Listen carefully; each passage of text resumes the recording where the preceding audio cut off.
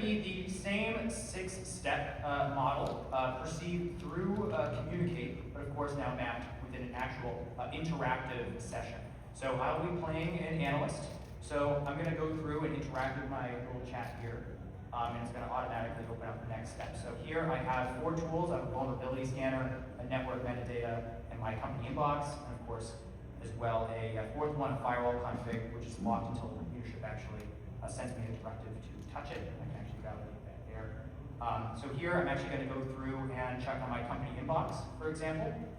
And here I can actually see that there's one alert sitting in my inbox for anomalous outbound traffic. So I'm going to click on this SOC monitoring here. Here it looks like the SOC monitoring wants me to figure out whether or not this is a real compromise or really nothing at all. So under proceed is kind of like the whole job, right? What we're going to pull what's here, sort it, but I won't really decide anything crucial yet, right? So let's get started with the next aspect. All right, perfect. So here I have the vulnerability scanner. I'm actually going to run a scan on this target subnet. And of course, that's certainly not good. So the vulnerability scanner came back with a critical one item. The telnet is actually still running default credentials on the exact host that the alert pointed out. So I should probably go through and actually prove that particular surface finding instead of just believing what I'm seeing right now. So I'm actually going to open up this terminal interface right now. I'm going to actually test out that IP just to confirm.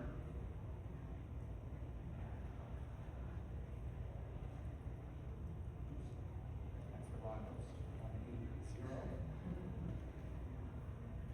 Perfect. Likely it's admin, as many things are.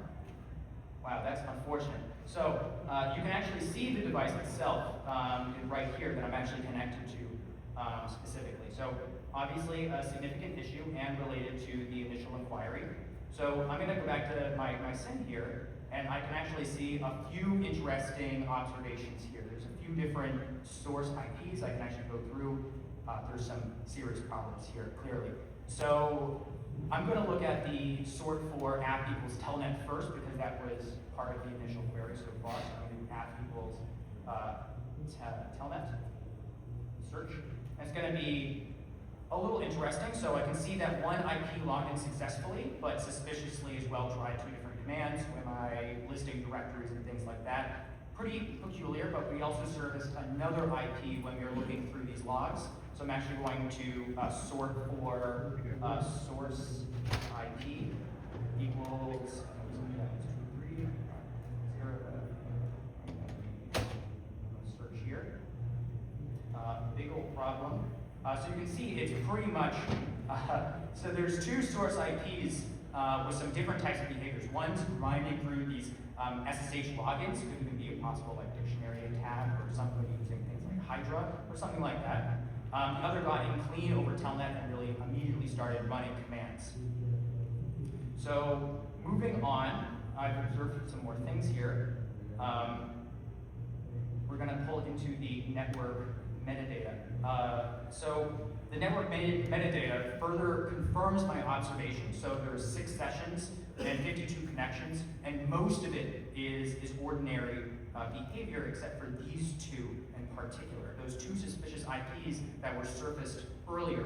One, of course, was that successful interactive session that was executing commands, and the other, of course, were the spray of random passwords and credentials to try to gain access via SSH. So I'm going to do a quick knowledge check as well, which is something that we also integrate within the platform. So just to confirm, indeed, these 2 IPs are the malicious IPs that we've been targeting so far, out of all the IPs that and other kind of sources that have surfaced within our findings, which is great. So I'm going to move forward from that. All right, so we actually did just get a new ticket, this time from a poor guy named Daniel Park, who has been having issues logging into their sales portal. So I'm going to actually take a look, right? because it might be actually related. I need to investigate to make sure it's not directly related to the incident that I'm currently investigating.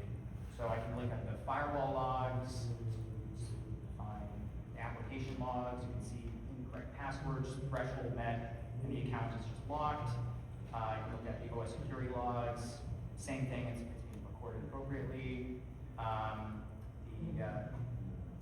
Yes, everything's looking good. So the application enforced a normal lockout, the OS logged it, firewall obviously let it through, it was never really blocked to begin with, the IDS never fired. So ultimately, this is looking pretty good. So the guy just forgot his password. So that's certainly not related to our incident, which is good to verify and to know. All right, so meanwhile, so let's take a look at the logbook. So I'm going to turn on SSH on, HTTP on, so we can actually start the flow of information and logs. So I'm just going to let this run for a second as it's pulling a bunch of data. So one thing is immediately standing out, of course. I'm going to hide my terminal. Perfect. So there's a lot of information in here, and I can go back and take a look. But one thing that really stands out is that some of these behaviors and patterns for the actual IP source ended up being very similar to the previous malicious actors that we were looking at so far. So I'm actually just going to go straight ahead and just block this IP outright as well.